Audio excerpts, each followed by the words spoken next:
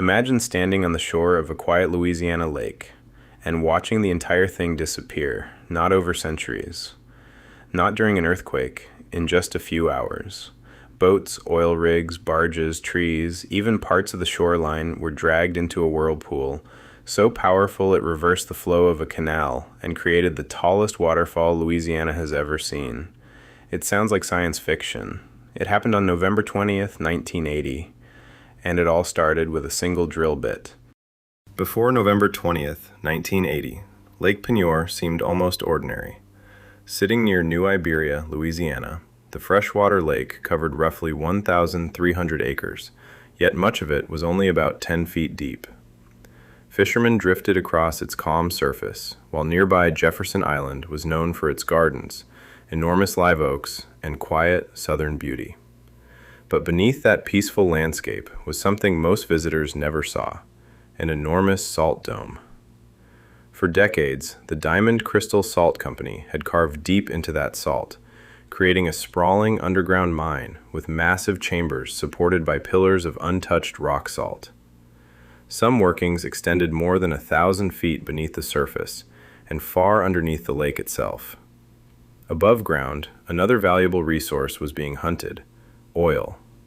By 1980, drilling rigs were a familiar sight around Lake Peigneur. Salt below, oil potentially nearby, water separating the two. For years, those worlds existed together without disaster. Then, on the morning of November 20th, a drill began descending toward the lake bed, and somewhere below, men were working inside the salt mine. On the morning of November 20th, 1980, the crew aboard the Texaco contracted drilling rig was searching for oil beneath Lake Peigneur. The operation was routine until, at roughly 1,228 feet below the surface, the drill suddenly became stuck. The crew tried to free it, but the pipe refused to move. Then, circulation of the drilling mud was lost, another sign that something below them had changed. Soon, the platform itself began to tilt. Then came a series of loud pops. Whatever was happening beneath the lake was no ordinary drilling problem. Realizing the rig was becoming unstable, the workers abandoned the platform and hurried toward shore. From a safe distance, they watched the massive derrick lean farther toward the water. What they could not see was far more dangerous. Deep beneath their feet were the excavated chambers of the Diamond Crystal Salt Mine. Investigators would later conclude that the drilling operation had likely breached part of the mine, although the exact responsibility remained disputed. Lake water had found a path underground, and salt dissolves in water. The tiny opening wasn't going to stay tiny for long. At first, the opening beneath Lake Peigneur was small, but once fresh water began pouring into the salt mine, the disaster started feeding itself. Salt dissolved, the opening widened. More water rushed underground, dissolving even more salt and tearing away material around the breach. On the surface, the calm lake began to rotate. A whirlpool formed near the abandoned drilling platform, growing larger and more violent by the minute. The massive rig was pulled toward the center and disappeared beneath the water. Nearby barges were caught in the current, while fishermen raced their boats toward shore as the lake seemed to drain beneath them. But this was no ordinary sinkhole. Lake Peigneur had effectively become a giant drain, pouring into the enormous underground mine. The lake bed collapsed around the opening as water, mud, trees, equipment, and pieces of shoreline were dragged toward it, and the men working underground were about to discover that the lake above them was coming in. Deep beneath Lake Peigneur, the miners heard something that did not belong underground: rushing water. An electrician discovered muddy water pouring through the mine, and the evacuation alarm was triggered. More than 50 workers were scattered through miles of tunnels, some far from the main shaft. They had no way of knowing how quickly the disaster above was growing. As fresh water flooded the chambers, salt pillars began dissolving, and sections of the mine collapsed. Above them, the whirlpool swallowed the drilling platform, barges, a tugboat, trees, and chunks of shoreline. The miners followed emergency procedures, abandoning equipment and racing toward the elevators. One by one, they reached the surface. Remarkably, every miner escaped. The drilling crew escaped too. Not a single human life was lost. But Lake Peigneur was still draining, and the disaster was about to become even more impossible. Lake Peigneur was nearly empty, but the disaster wasn't finished. The lake connected to the Gulf of Mexico through the Delcambre Canal, a waterway that normally carried water away from the lake. Now the enormous void beneath Peigneur was pulling with such force that the canal suddenly reversed direction. Water began racing backward from Vermilion Bay toward the disappearing lake. When it reached the collapsed lakebed, it plunged downward, creating a temporary waterfall estimated at roughly 164 feet tall, possibly the tallest ever recorded in Louisiana. 11 barges were dragged toward the vortex, disappearing along with trees, equipment, and huge sections of shoreline. Then, the flooded mine produced another spectacle.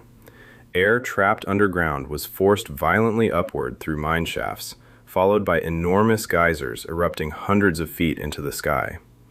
In a matter of hours, Louisiana had watched a lake disappear, a canal run backward, and a waterfall appear where none had existed. Now, the Gulf was beginning to fill the lake back up.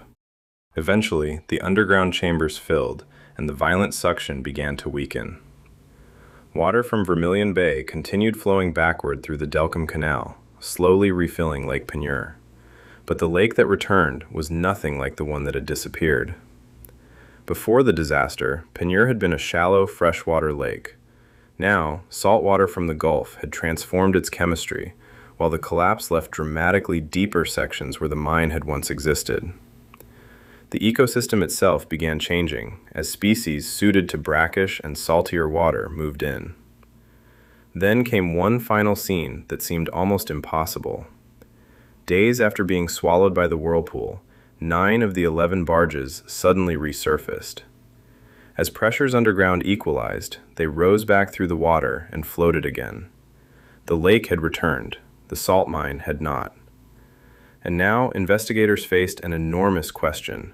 How could a drilling operation and a working mine end up on a collision course beneath the same lake? When the water finally settled, investigators faced a question almost as strange as the disaster itself. How had an oil drill ended up above an active salt mine? Diamond Crystal blamed Texaco and drilling contractor Wilson Brothers, arguing the well had penetrated the mine. Texaco pushed back, claiming its well was drilled at the approved location and that it had not been properly informed about mining beneath the site. With the critical evidence swallowed by the collapse, proving exactly what happened underground became extraordinarily difficult. Federal investigators documented the catastrophe, but stopped short of assigning a definitive cause. Then came the lawsuits. Diamond Crystal originally sought $260 million. In 1983, Texaco and Wilson Brothers agreed to a $32 million settlement. Live Oak Gardens and its owners received another $12.8 million for property destroyed along the shoreline.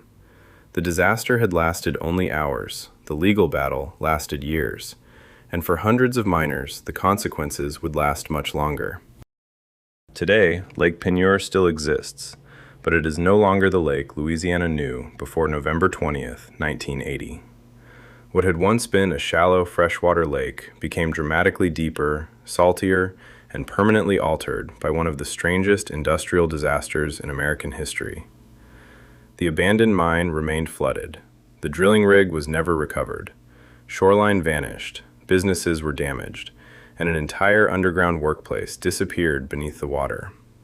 Yet the most remarkable detail remains the simplest one. No one died. Every miner escaped. Every worker on the drilling rig survived. Even as the lake collapsed into the earth, barges vanished, a canal reversed direction, and a massive temporary waterfall formed. Dozens of people made it out alive. Lake Peigneur became a reminder that disasters do not always begin with explosions or storms. Sometimes they begin quietly, with a drill turning beneath calm water. And beneath that water, one mistake can rewrite the landscape forever. Until next time, keep turning the pages of the dusty ledger.